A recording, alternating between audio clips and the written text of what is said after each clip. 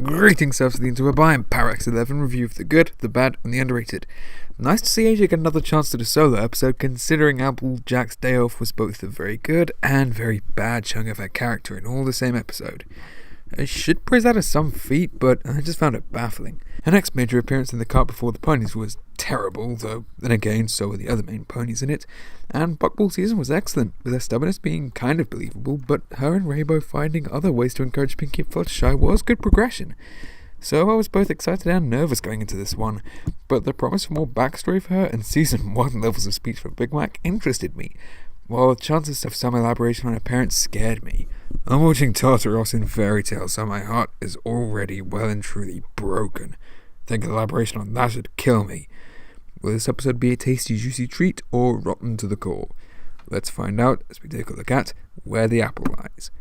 This episode starts with Applejack and Big Mac selling jam to Filthy Rich. And on behalf of Rich's Barnyard Bargains, thanks for another seasoned shipment of Zap Apple Jam.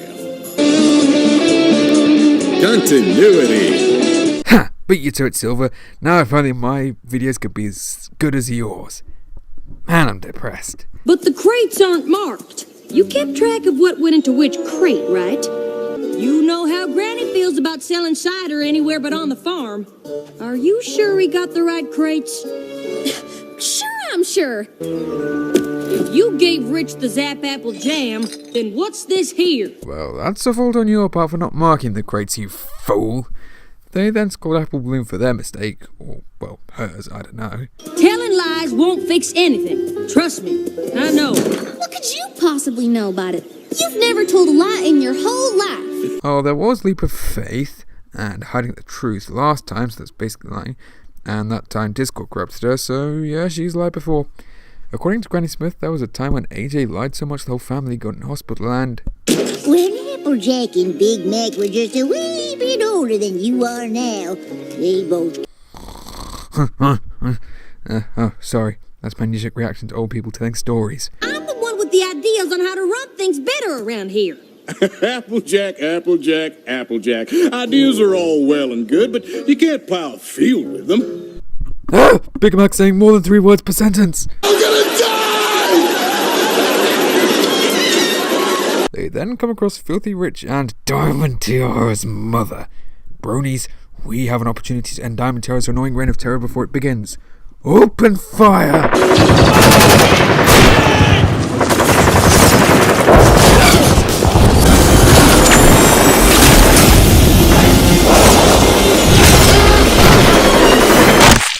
Well done, but wait, if we killed Spoiled Rich or Spoiled Milk in the past, then that means Diamond Tiara never existed, and without her there'd be no reason for me to kill Spoiled and... Oh dear, just give me a sec.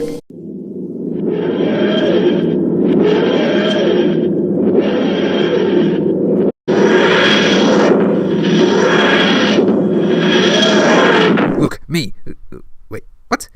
You need to not kill the pony responsible for the most annoying character in the show, otherwise the universe will be destroyed. Why? Yeah, wibbly wobbly timey wimey. Can't argue with the Doctor Who quote. Stand down, bronies. Okay, but now how can there be 2 of us? Does this count as another collab? Oh dear. Huh. Never thought I'd see myself pop out of existence today. Anywho, Applejack decides to make a deal with Filthy Rich when he says that she could run the farm in the future, just to stick it to Big Mac. I can't believe that, considering this is an even more stubborn and impulsive Applejack than what we used to, and she sees this as the best way to benefit the farm. Plus, I'm guessing she hasn't gained the respect for her family she has in the present. Granny then finds out, and she's pleased. Absolutely not!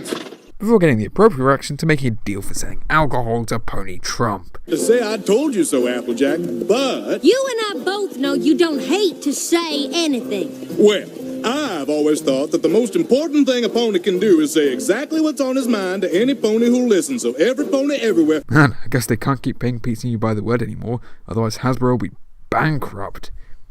When they tell Filthy Rich they want to back out, he gives the predicted reaction, but when AJ fibs about Granny being sick, he backs down. Start the karma clock. When he comes by with flowers, Applejack goes to the natural solution of tackling Granny Smith. Good thing this isn't present day Granny Smith, otherwise every bone in her body would be broken. On I took to referring to myself as big or large or... Oh, Applejack, your brother was just explaining why he always wears his yoke. Oh, that would have been interesting. Ish. Maybe. Probably not. My Little Pony. Assaulting the elderly is magic. Asia then says that Granny has blight, and the riches somehow don't put two and two together to work out Applejack is seeing a giant Big Mac-sized fib. Big Mac says she lies a lot, but how can she get away with all these obvious tales? They then get Granny to the hospital by saying that more ponies have blight. Even an apple farmer comics out of Celestia.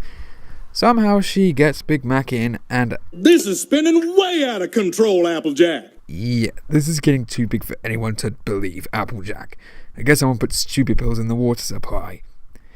Again. Big Mac then gets taken away and... Wait a minute. Another Shining reference? First the kid at the Lost Grand Gala, and now the creepy twins? If anyone isn't in doubt that this show is only for little girls, then show them these two, Big Lebowski ponies and Slender Pony. Also a bandaged-eyed Derpy? Is this an accident that got her wall-eyed? Or she's the blind prophet for telling the second coming of Fausticorn? Or she's a derp star? Or fanfic writers, you know what to do. Granny then gets the bright idea to cut Big Mac's leg off. Jesus! I mean, it's Celestia!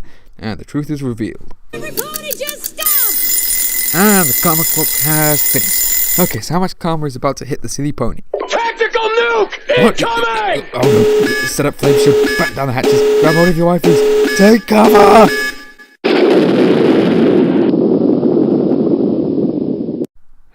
You really are a silly pony.